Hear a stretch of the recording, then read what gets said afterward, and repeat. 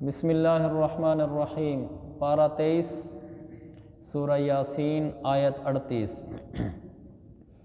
اعوذ باللہ من الشیطان الرجیم بسم اللہ الرحمن الرحیم والشمس تجری لمستقر لها ذالک تقدیر العزیز العلیم۔ سورج اپنے ٹھکانے کی طرف چلا جا رہا ہے، یہ سب اس ذات کا مقرر کیا ہوا نظام ہے جس کا اقتدار بھی کامل ہے، جس کا علم بھی کامل۔ یہاں اللہ تعالیٰ نے فرمایا کہ سورج اپنے ٹھکانے کی طرف چلا جا رہا ہے۔ قرآن بھی عجب کلام ہے کہ آج تک قرآن کو کوئی جھوٹا نہ ثابت کر سکا۔ میں آج ہی پڑھ رہا تھا، کل بلکہ، یہ مستشرقین کا ایک علم ہوتا ہے۔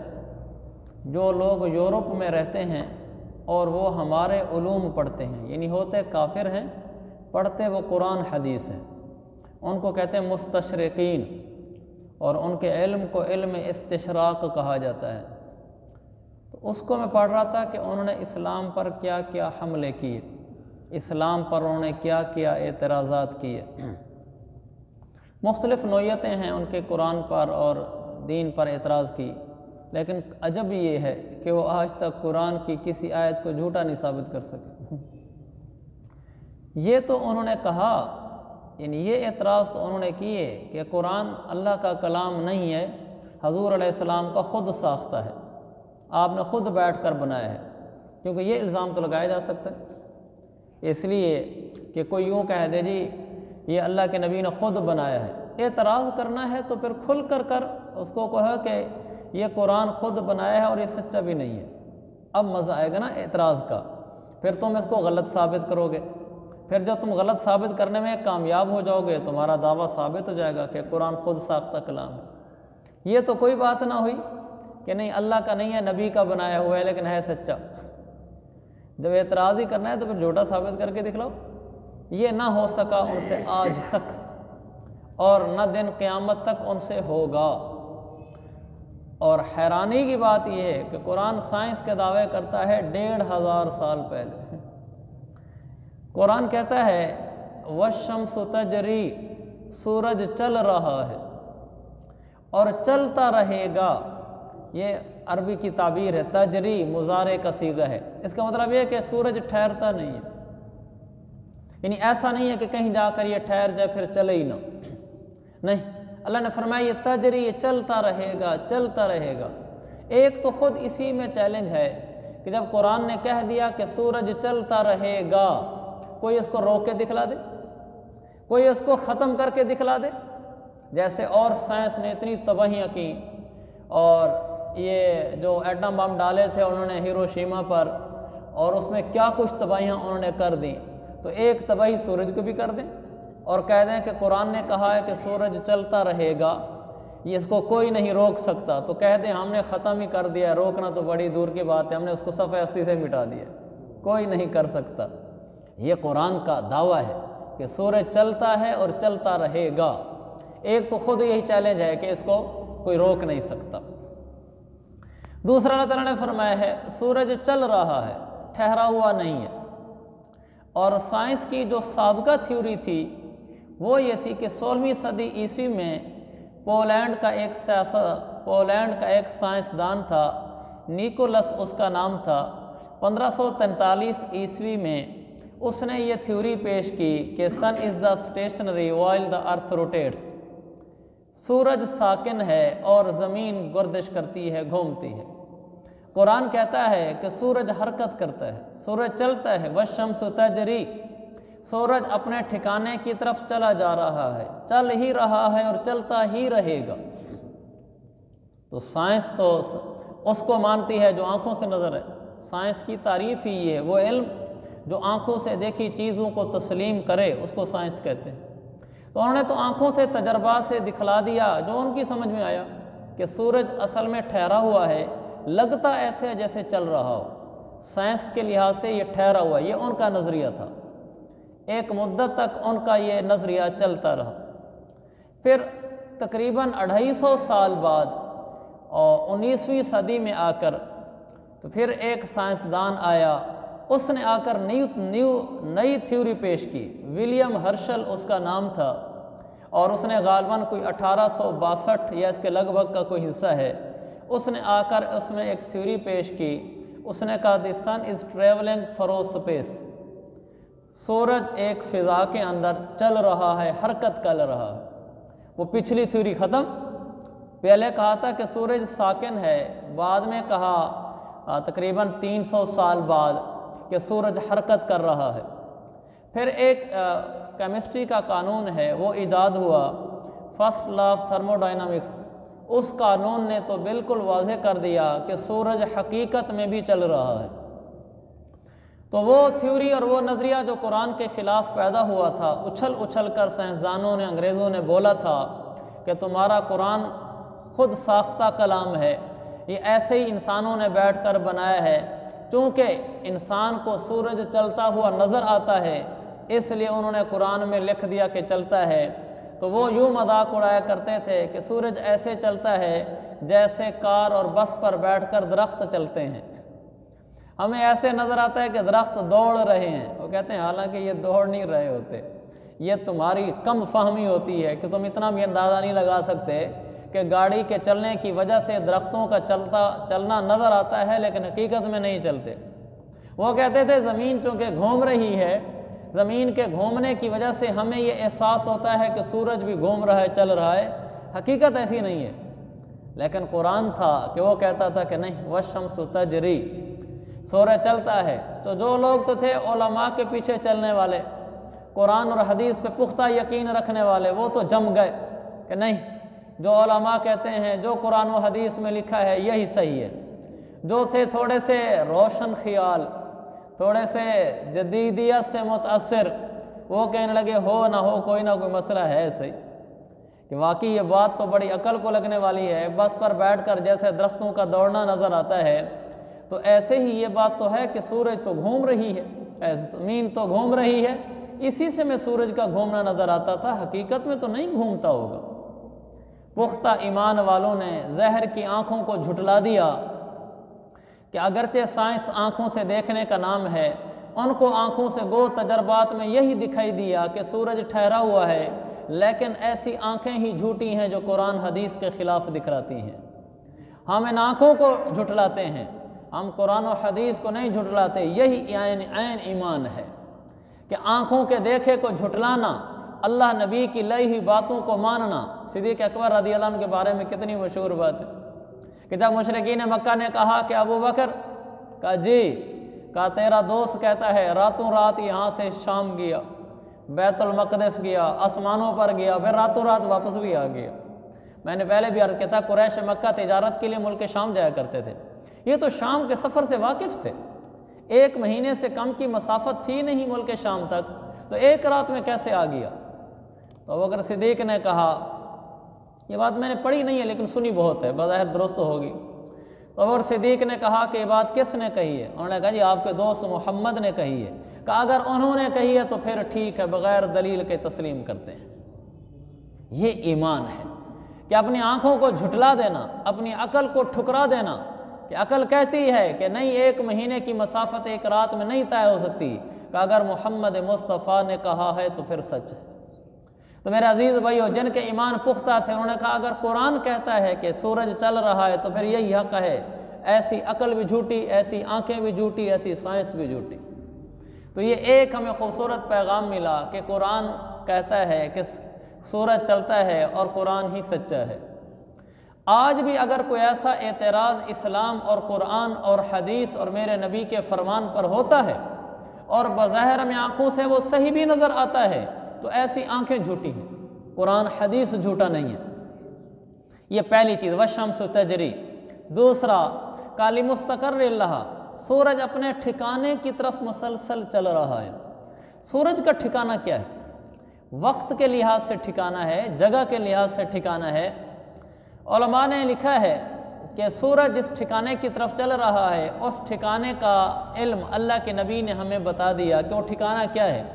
صحیح بخاری کی حدیث ہے، اللہ کے نبی صلی اللہ علیہ وسلم بیٹھے تھے، عصر کا ٹائم تھا تو سورج غروب ہونے لگا۔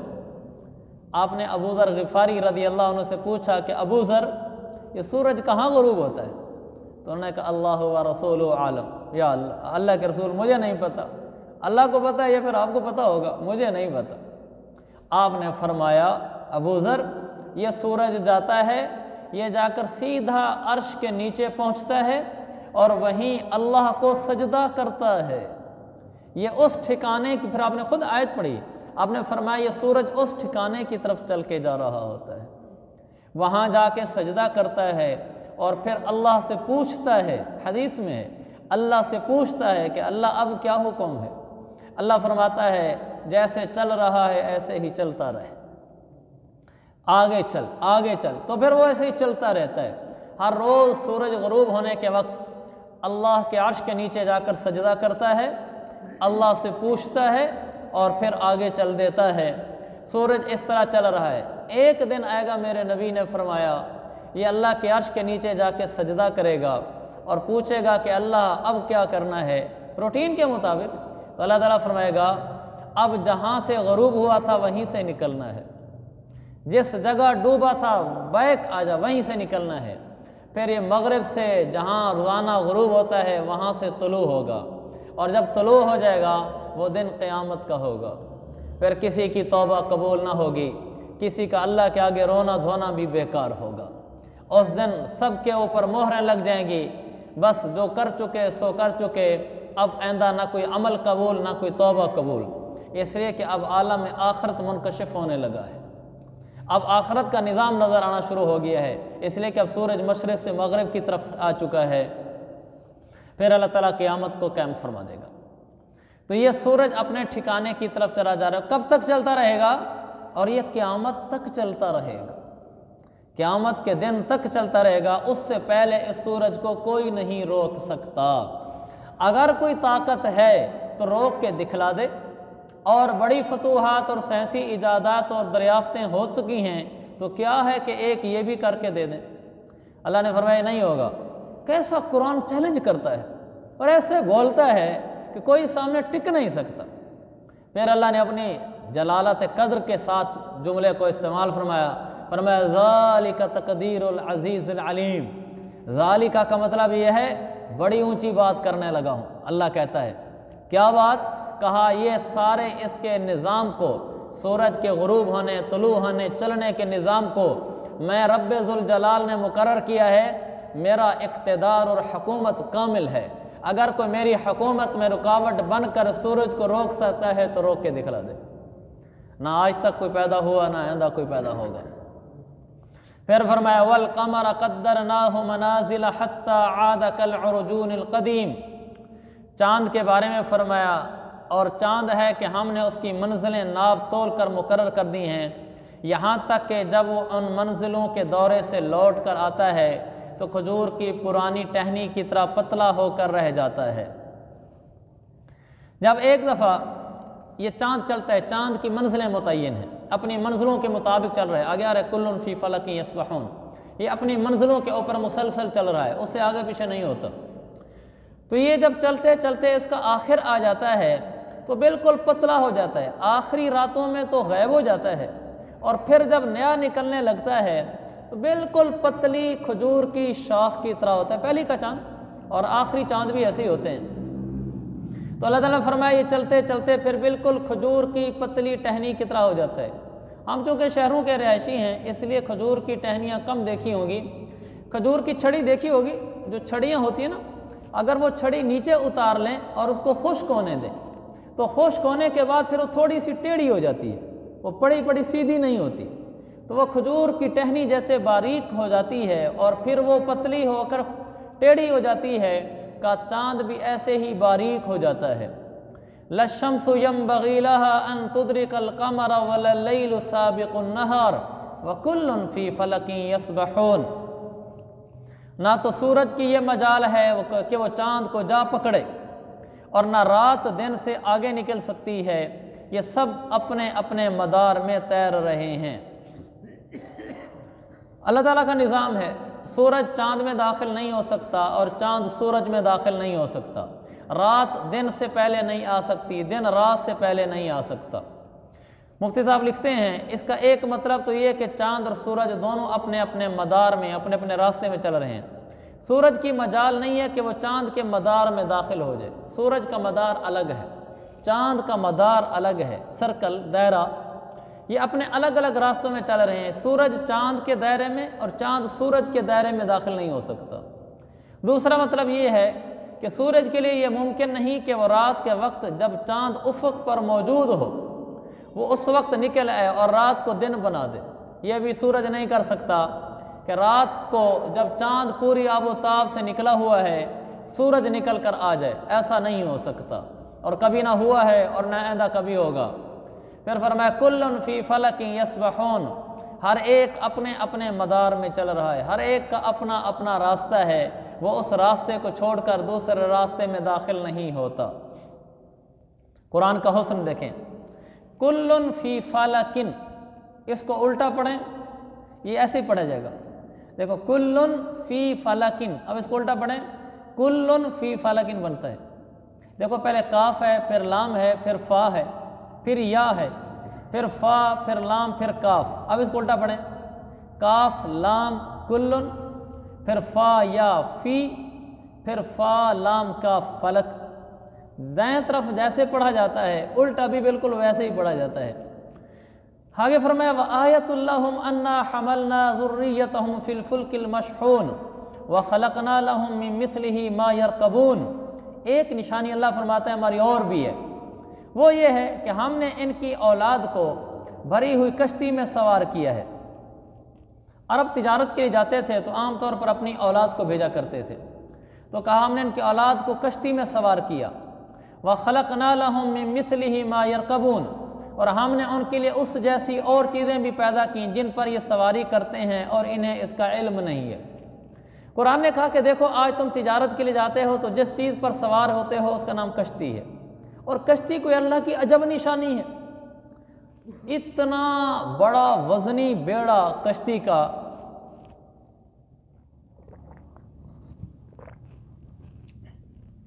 پانی پر چلتا ہے تو ڈوبتا نہیں ہے، اللہ کی قدرت۔ ایک پتھر اتنا سا بھی ہو تو پانی میں گر جاتا ہے، اور کشتی اتنی بڑی ہوتی ہے پانی میں نہیں گرتی۔ سائنسی لحاظ سے جو پتھر اور لکڑی میں فرق ہے، یہ فرق بھی تو اللہ نے بنایا ہے کہ پتھر ڈوب جاتا ہے اور لکڑی نہیں ڈوبتی، حالانکہ وزن کر کے دیکھو تو لکڑی کا وزن زیادہ ہے، پتھر کا وزن کم ہے۔ پتھر چھوٹا سا 1 کلو کا بھی ہو ڈوب جاتا ہے، لکڑی ٹن بھی ہو تو نہیں ڈوبتی۔ یہ اس رب کی نشانیاں ہیں۔ پھر اتنے بڑے مجمع انسانیت کو لے کر کشتی چل رہی ہوتی ہے، کہ یہ ہماری قدرت ہے۔ پھر فرمایا ہم نے اور بھی ایسی سواریاں پیدا کی ہیں جن پر یہ سوار ہوں گے۔ اس میں بعد میں جہاز آ گئے۔ تو کسی نے پوچھا نا جی جہاز کا ذکر بھی قرآن میں ہے؟ اس نے کہا ہے، کہا کہاں ہے؟ اس نے آیت پڑھ کر دکھ لی، کہا من مثلہ ما یرکبون، ہم اور بھی سواریاں بنائیں گے جن پر یہ سوار ہوں گے۔ تو آگے فرمایا وَإِن نَشَأْ نُغْرِقْهُمْ فَلَا صَرِيخَ لَهُمْ وَلَا هُمْ يُنْقَذُونَ، اگر ہم چاہیں تو انہیں غرق کر ڈالیں، جس کے بعد نہ تو کوئی ان کی فریاد کو پہنچے اور نہ ان کی کوئی جان بچانے والا ہو۔ انہی کشتیوں کو اللہ ڈبو دے تو کون روک سکتا ہے؟ إِلَّا رَحْمَةً مِنَّا وَمَتَاعًا إِلَىٰ حِينٍ، لیکن یہ سب ہماری طرف سے ایک رحمت ہے اور ایک معین وقت تک زندگی کا مزہ اٹھانے کا موقع ہے جو ان لوگوں کو دیا جا رہا ہے۔ اللہ تعالیٰ چاہے جب یہ کافر سوار ہوتے تھے کشتی پر، سمندر میں بیٹھتے تھے، اللہ پوری کشتی ہی ڈبو دے اور یہ سارے اندر ڈوب کر رہ جائیں، کون ان کو بچائے گا؟ فرمایا یہ ہماری رحمت ہے کہ ہم اس کو نہیں ڈوبنے دیتے، اور زندگی کا ایک مقررہ وقت ہے، ہر انسان اس اپنے ٹائم تک پہنچتا ہے، پھر جب ٹائم آ جاتا ہے پھر کوئی بچا نہیں سکتا۔ ہمارے عام طور پر ہوتا ہے نا، کہتے ہیں مرتے مرتے بچ گیا، لیکن پھر کیا ہوتا ہے؟ بچتے بچتے مر جاتا ہے۔ ہر انسان اسی کوشش میں ہوتا ہے نا کہ میں بچ جاؤں، میں بچ جاؤں، لیکن بچتے بچتے ہی مر جاتا ہے، اور کبھی مرتے مرتے بچ جاتا ہے۔ موت خود ہماری زندگی کی محافظ ہے، موت خود ہماری زندگی کی محافظ ہے۔ موت زندگی کو کہتی ہے بھی ابھی میرا ٹائم نہیں آیا، تو چل اپنا کام جاری رکھ، میں جب آؤں گی تو پھر آ جاؤں گی۔ تو ہم مرتے مرتے بچ جاتے ہیں، اور جب آ جاتی ہے موت پھر زندگی 100 جتن کرے پھر کچھ بھی نہیں ہوتا، پھر وہ ایک لمحے میں اس کا وقت پورا ہو جاتا ہے اور انسان چلا جاتا ہے، اسباب نہ ہوں پھر بھی چلا جاتا ہے۔ مقررہ وقت ہے۔ مفتی رفیع صاحب رحمۃ اللہ علیہ سب کو پتہ چلی گیا ہوگا ان کے انتقال کا۔ مفتی تقی صاحب دام برکاتہم کے بڑے بھائی مفتی اعظم پاکستان، ان کا انتقال ہوا، آج جنازہ تھا، تو ان کے بارے میں مفتی تقی صاحب نے فرمایا کہ جس دن ان کا انتقال ہوا ہے، فرمایا کہ انتقال سے پہلے ہسپتال میں کئی دنوں سے داخل تھے، کہا انتقال سے پہلے اس دن جتنی رپورٹیں آئی ہیں وہ ساری ٹھیک تھیں، صرف ایک کمزوری تھی، کہا کریٹینین کا مسئلہ تھا گردے میں، وہ بالکل ٹھیک ہو گیا تھا، اس کی رپورٹ نارمل تھی، بلڈ پریشر بھی ٹیسٹ اس کا ٹھیک تھا، اور بھی کچھ انہوں نے بتائے، کہا اس دن ٹھیک تھے تو ہم ذرا تسلی میں تھے کہ اب طبیعت بہتر ہو رہی ہے، کہ جب طبیعت کا بہتر ہونا ہم سمجھ رہے تھے، اسی دن کا میں عشاء کی نماز کے لیے وضو کر رہا تھا تو مجھے فون آیا کہ حضرت کی طبیعت بہت بگڑ رہی ہے، کہ میں جلدی سے پھر بھاگا ان کی طرف گیا، تو کہ پھر ایسا ایسا طبیعت بگڑتی گئی، بالآخر انتقال ہو گیا۔ تو جب وقت آ جاتا ہے تو پھر رپورٹیں صحیح بھی ہوں تو اللہ بلا لیتا ہے، اور جب وقت نہیں آیا ہوتا تو پھر بڑے بڑے ایکسیڈنٹ سے بھی لوگ بچ جاتے ہیں۔ ہمارے ہاں ایک قتل کی ایک آدمی نے کوشش کی، پیٹ پہ چھرا مارا، نیچے گر گیا، تو وہ آدمی جب نیچے گرا انتڑیاں نکل کے باہر آ پڑیں، لوگوں نے آ کر انتڑیاں اٹھا کر اندر ڈالی پیٹ میں، جو اس نے چھرے کے 1-2 جتنے بھی وار کیے، پھر اس کو ہسپتال لے گئے، وہ بچ گیا، زندہ ہے وہ، واہ میرا رب، میں نے کہا۔ اور مرنے بھی آتا ہے آدمی تو چھوٹی سی چوٹ لگتی ہے، کہیں خون بھی نہیں نکلتا، کہتے خون کہیں سے بھی نہیں نکلا، بندہ مر گیا۔ یہ میرے رب کا مقررہ وقت ہے، اس کو اللہ تعالیٰ فرماتا ہے متاعًا الی حین، ایک مقررہ وقت ہے جو لوگوں تمہیں مل رہا ہے۔ وَإِذَا قِيلَ لَهُمْ اتَّقُوا مَا بَيْنَ أَيْدِيكُمْ وَمَا خَلْفَكُمْ لَعَلَّكُمْ تُرْحَمُونَ، جب ان سے کہا جاتا ہے کہ بچو اس عذاب سے جو تمہارے سامنے ہے اور جو تمہارے مرنے کے بعد آنے والا ہے تاکہ تم پر رحم کیا جائے، تو وہ ذرا برابر بھی کان نہیں دھرتے۔ آج میرا اور آپ کا بھی یہی حال ہے، ہمیں جب کہا جاتا ہے کہ آخرت کی تیاری کرو تو ہم کان تک بھی نہیں دھرتے، چل چاؤ کی زندگی ہے، جیسی پہلے گزر رہی تھی اب بھی ویسے ہی ہے۔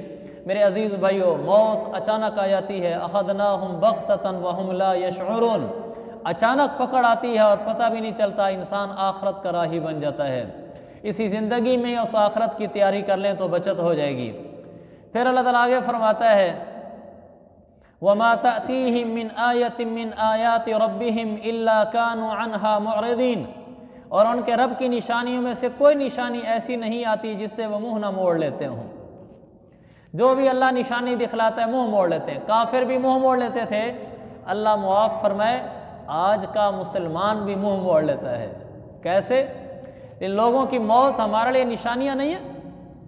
جب لوگ مرتے ہیں اللہ نشانی نہیں دکھلاتا کہ دیکھ میرا بندہ تجھے بھی ایسے ہی بلا لوں گا، لیکن ہم ہیں کہ کان تک نہیں دھرتے، جیسے ہم نے مرنا ہی نہ ہو۔ کیسے کیسے حالات آ جاتے ہیں، زلزلے آ جاتے ہیں، سیلاب آ جاتے ہیں، کان تک نہیں دھرتے۔ سیلاب کے دنوں میں لوگ ڈاکے ڈال رہے تھے، سیلاب کے دنوں میں سیلاب زدہ علاقوں کے لوگ موبائل پر غلط دیکھ رہے تھے، سیلاب کے دنوں میں لوگ نمازیں چھوڑ رہے تھے۔ یہ اللہ کی نشانی دیکھ کر منہ موڑنا نہیں ہے؟ جو اللہ اتنی پکڑ کا مالک ہے کہ اللہ نے ایک دفعہ ہمارے پاکستان کے 20 اضلاع صفحہ ہستی سے بعض اس کے دیہات مٹا دیے اور لوگوں پر اثر تک بھی نہیں ہوا۔ کتنے لوگ ہیں جنہوں نے اس کو دیکھ کر توبہ کی ہے، سب نے حکومت کو کوسا ہے، سب نے برا بھلا کہا ہے، لیکن کیا کسی نے اپنے آپ کو بھی کوسا تھا کہ تو نے کیا کیا ہے؟ اگر اسی سیلاب میں تو ڈوب کے مر جاتا پھر کیا ہوتا؟ اچانک موت آ جاتی ہے میرے عزیز بھائیوں، مال و متاع کوئی شے نہیں ہے۔ ابھی حالیہ سیلاب میں ہمارے ایک شاگرد ہیں مچھ کوئٹہ سے آگے ایک علاقہ ہے، تو انہوں نے وہاں کا ہمیں واقعہ سنایا، ابھی ہمارے پاس آئے ہوئے تھے تو انہوں نے سنایا، میں حیران ہو گیا۔ انہوں نے کہا کہ ہمارے علاقے کے سب سے بڑے مالدار آدمی، وہ ماشاءاللہ اچھے آدمی تھے، یعنی ان کی کوئی خامی نہیں بیان کر رہے تھے، تقدیر کی بات آپ کو بتا رہا ہوں، کہا وہ بہت بڑے بزنس مین تھے، کوئلے کا کاروبار کرتے تھے، پہاڑوں کے اندر ان کی کانیں تھیں، ایک ایک کان 1-1 کروڑ روپے کی تھی، اور کہا حال ہی میں چند دنوں پہلے انہوں نے سوات کے اندر 35 کروڑ کی پراپرٹی خریدی، 35 کروڑ کی پراپرٹی خریدی، اور باقی بزنس علیحدہ تھے۔ کہا وہ انہوں نے مجھے وہ ویڈیو بھی بھیجی، مجھے ویڈیو دکھلائی، کہا ان کا کوئلہ تھا پہاڑوں میں، ادھر پہاڑ ادھر بھی پہاڑ، پہاڑوں میں اندر کوئی غار نما ہوتا ہے، جو انہوں نے بتایا اس کو لیز کا لفظ وہ بول رہا تھا، کہا اس کے اندر جو ہے نا وہ کوئلہ ہوتا ہے، کہا اس کوئلہ کو چیک کرنے کے لیے گیا، 4 ویلر گاڑی تھی اس کے پاس، تو چیک کیا، اس کو خطرہ تھا کہ پانی جو اوپر سے بارشوں کا اور سیلاب کا آ رہا ہے تو اس سے کہیں نقصان نہ ہو جائے۔ اس کو چیک کر کے جب واپس آیا تو پہاڑوں کے اندر وہ چونکہ سارا کوئلہ تھا، تو مثلا یہ بھی پہاڑ ہے اور یہ بھی پہاڑ ہے، درمیان میں جو جگہ تھی یہاں پانی بہہ رہا تھا، تو پانی بہہ رہا تھا تو وہ ایک طرف کھڑا ہو گیا، جہاں کھڑا ہو گیا تو وہ تھوڑی سی اونچی جگہ ویڈیو میں نظر بھی آتی ہے، اور پانی بہہ رہا ہے آگے سے، اس نے وہ 4 ویلر ڈالا، روک لیا، اور آگے سے پانی بہتے ہوئے کو کراس اس لیے نہیں کیا کہ یہ پانی ابھی رک جائے گا تو پھر چلا جاؤں گا، غالباً اس کا بیٹا یا ان کا کوئی مینیجر وغیرہ ساتھ تھا۔ تھوڑی دیر بعد پانی بڑھنا شروع ہو گیا، یہ ظہر کے 4 بجے کی بات ہے، وہ پانی بڑھنا شروع ہو گیا تو وہ پھر بھی کھڑا رہا، اس نے کہا کوئی نہیں، پہلے بھی پانی وہاں سے بہتا تھا، جب بارشیں ذرا تیز ہو جائیں تو وہاں سے پانی بہتا تھا، تو اس نے کہا کوئی ایشو نہیں، تھوڑی دیر میں ہلکا کم ہو جائے گا تو گاڑی چونکہ 4 ویلر ہے تو میں اس میں سے نکال لوں گا۔ لیکن بالکل دن ڈھلنے کو آ گیا، لوگ ان کے پاس آئے، انہوں نے کہا کہ آپ ایسا کر لیں، ہم وہ جو کرین ہوتی ہے، کرین کا آگا اس کو وہ کیا بولتے ہیں جس میں سامان ڈالتے ہیں، اس کا لفظ بھی انہوں نے بولا، اچھا اس کو انہوں نے بولا پھول یا پتہ نہیں کیا، اچھا باہر آپ نے دیکھا کو پنجا سا بنا ہوتا ہے جس میں مٹی ڈالتے ہیں، اس کو کہا ہم یہ کرین کر کے آگے لاتے ہیں، آپ اس پر بیٹھ جائیں اور ہم آپ کو اٹھا لیتے ہیں پانی کے اوپر سے، کیونکہ کرین کا منہ دور تک چلا جاتا ہے۔ انہوں نے کہا نہیں اس کی ضرورت نہیں ہے، آپ چلے جائیں، پانی ابھی ٹھہر جائے گا، تو میں پہلے بھی روٹین میں آتا جاتا رہتا ہوں تو میں گاڑی پہ آ جاؤں۔ خیر لوگ بھی چلے گئے، وہاں پانی بھی آتا رہتا ہے روٹین میں بھی، وہ کھڑے رہے، اللہ کی شان وہ پانی بڑھنا شروع ہو گیا، شام ہو گئی، پانی بڑھتے بڑھتے اتنا بڑھ گیا کہ جس خشک جگہ پر وہ کھڑے تھے وہ بھی زیر آب آنے لگی۔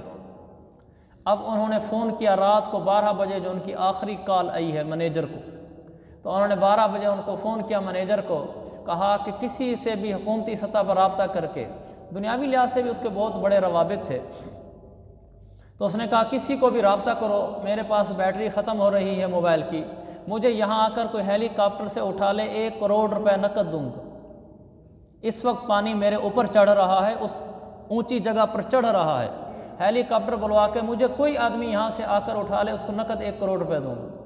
لیکن رات کے 12 بج رہے تھے، مینیجر نے کوشش کی، جب وقت آ جاتا ہے تو پیسے بھی بیکار ہو جاتے ہیں، جب وقت آ جاتا ہے تو بڑے بڑے روابط اور تعلقات بھی زیرو ہو جاتے ہیں، لیکن کچھ نہیں ہو سکا، وہ پانی چڑھ آیا۔ صبح کے ٹائم جب لوگ گئے، نہ گاڑی تھی نہ وہ اونچی جگہ تھی، کچھ بھی نہیں تھا، وہ پورا سمندر بن چکا تھا۔ تو اتنی بڑی پریشانی کھڑی ہوگی، وہ علاقے کا بہت مشہور آدمی تھا، انہوں نے اس پہ لگا دیا آدمی، پھر جیو پہ خبر چلنا شروع ہو گئی، پھر حکومتی سطح پر اس کے لیے کوششیں شروع ہو گئیں، اس کو ڈھونڈتے ڈھونڈتے بالآخر وہ 4 ویلر گاڑی مل گئی، ایسے ہی بال کی طرح بنی پڑی تھی، لپٹی ہوئی، اور لیکن اس کی لاش نہیں ملی۔ لاش کو ڈھونڈنے میں انہوں نے انعامات رکھے کہ جو آدمی ہمیں اس کی لاش بتائے گا ہم اس کو 20 لاکھ روپیہ دیں گے، ہمیں اس کے جسم کا کوئی ایک عضو بھی لا کر دے دے تو بھی ہم 20 لاکھ روپے دیں گے۔ لوگوں نے بڑی کوشش کی ان کا جسم ڈھونڈنے کی، اور اس پر پٹی بھی چلتی رہی جیو کے اوپر کہ اس آدمی کی لاش جو آدمی جس علاقے سے بھی ڈھونڈ کے دے ہم ان کو دیں گے۔ حکومتی کوششیں بھی ہوئیں، اندر لوگ ڈالے گئے، تیراک ڈالے گئے، لیکن اب تک لاش برآمد نہیں ہوئی، اور وہ بیچارہ چلا گیا۔ یہ اس کی کوئی خامی نہیں، لیکن تقدیر کی بات ہے، جب موت کا متاعن الی حین، جب موت کا لکھا ہوا وقت آ جاتا ہے، پھر کروڑوں اربوں پتی آدمی بھی ان کے مال ان کے کام نہیں آتے، پھر بڑی بڑی مشینریاں بھی کام نہیں آتی، بڑے بڑے وسائل بھی کام نہیں آتے۔ تو میرے عزیز بھائیو، یہی وقت ہے، اس کو کیا پتا تھا جب وہ کھڑا تھا کہ میرا آج آخری دن ہے۔ آخری جو اس کی ویڈیو میں نے دیکھی اس میں کہہ رہا ہے کہ یہ سامنے جو لیز میں ہمارا کوئلہ ہے 1 کروڑ روپے کا، وہ سارا پانی بہا کے لے گیا ہے، بس پھر وہ کہتا ہے کہ اس کی تو خیر ہے، اللہ سر سلامت رکھے، میری اللہ خیر رکھے۔ لیکن نہیں میرے عزیز بھائیو، اس کے آخری گھنٹے تھے، اور کروڑوں اربوں پتی ہونے کے باوجود اپنے علاقے میں کھڑا ہو کر بھی وہ اپنی زندگی نہ بچا سکا۔ میرے عزیز بھائیو، مجھے اور آپ کو ہر لمحے آخرت کی تیاری کرنی ہے۔ کسی لمحے بھی موت آ جاتی ہے، پھر کچھ کام نہیں آتا۔ اللہ تعالیٰ مجھے آپ کو، ہم سب کو آخرت کی تیاری کرنے والا بنائے۔